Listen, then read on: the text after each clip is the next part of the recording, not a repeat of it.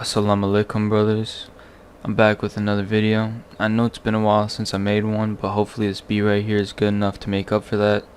So without further ado, let's jump into the video and I'm going to show you how to sample indie songs like Ripsquad.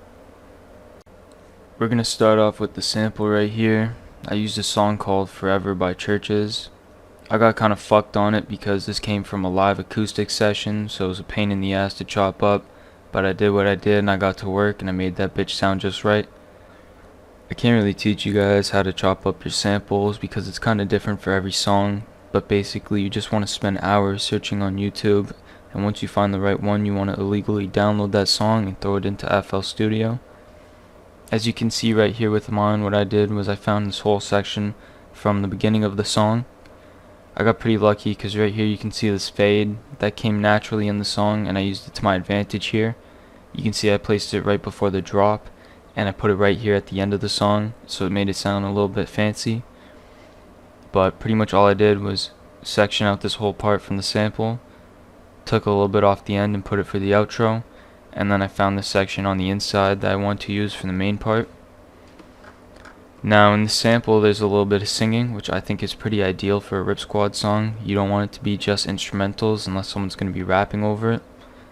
So what I did here was I cut this little beginning part at the very beginning of the sample and I looped it over a couple times, and then these last couple bars there's more singing, so it kind of works out, so I didn't add this over here. And that's pretty much it. Now I'm going to show you all the mixing I did for the sample.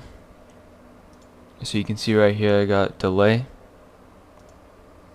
chorus, and I turned this down to about 55%. Effector with the lo-fi setting. Gross beat. What you want to do is come over here to presets and right click, go down to pitch shifter and click on 0. Right here we got some convoller. This is just the default setting. This one right here is probably the most underrated Fruity Loops plugin in my opinion. It's kind of like an alternative to reverb, except it's kind of better, but it's also not really reverb. And then lastly we just got some EQ. Real quick before we get into the drums, I want to show you guys the automation clips I have on here. So for the sample you can see I got the gross beat right here. I have it come in just right before the drop and then it fades out on the outro. For the convoller it only plays on the intro and fades out right before the drop. And the EQ, for some reason I have it turned down for the intro, then it goes up and plays at max volume for the entire beat and then fades out for the outro again. And then I have this reverb that only plays during the intro and the outro, and this one's on the master channel, which I'll show you guys later. And lastly I just got a volume automation clip which only fades out on the outro, it doesn't fade in. Alright, so for the drums we're going to start off with the 808. This is the Frosty 808. I got this from the official Ripsquad Ice Dancer kit. What I did was I came in here, right click time and click none, come over here and spam click cut self. And this is the pattern right here that I use, so let's go ahead and listen to it.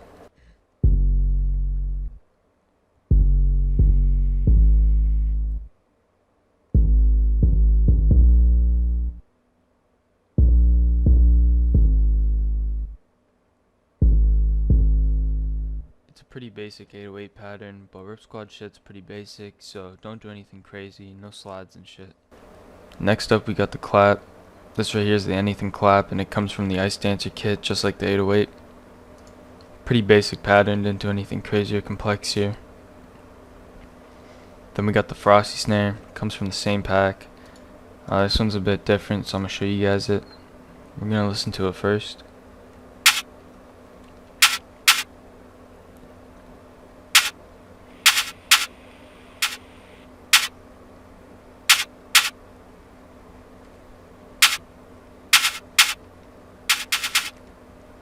So just a little tip for you guys, if you're going to do a snare roll like I did here at the end and a little bit over here, make sure you change the velocity and put it down a bit. If you have it the same velocity and they play right next to each other, it just sounds kind of weird.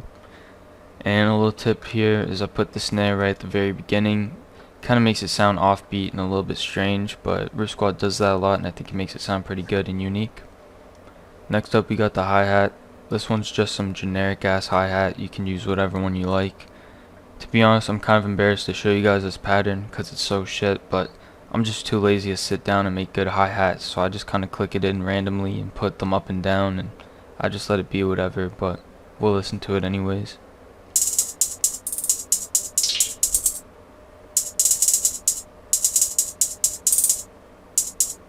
The good thing about hi-hats is no one really pays attention to them when they're listening to a song, but the most notable thing here is that I cut out right here, here, and here. So basically whenever the clap hits, and that lets the clap come through a little bit better, it adds a little bit of variety. Here we got the kick. It's just a hard ass kick, and it basically just layers with the 808. So I'm just going to play it for you one time.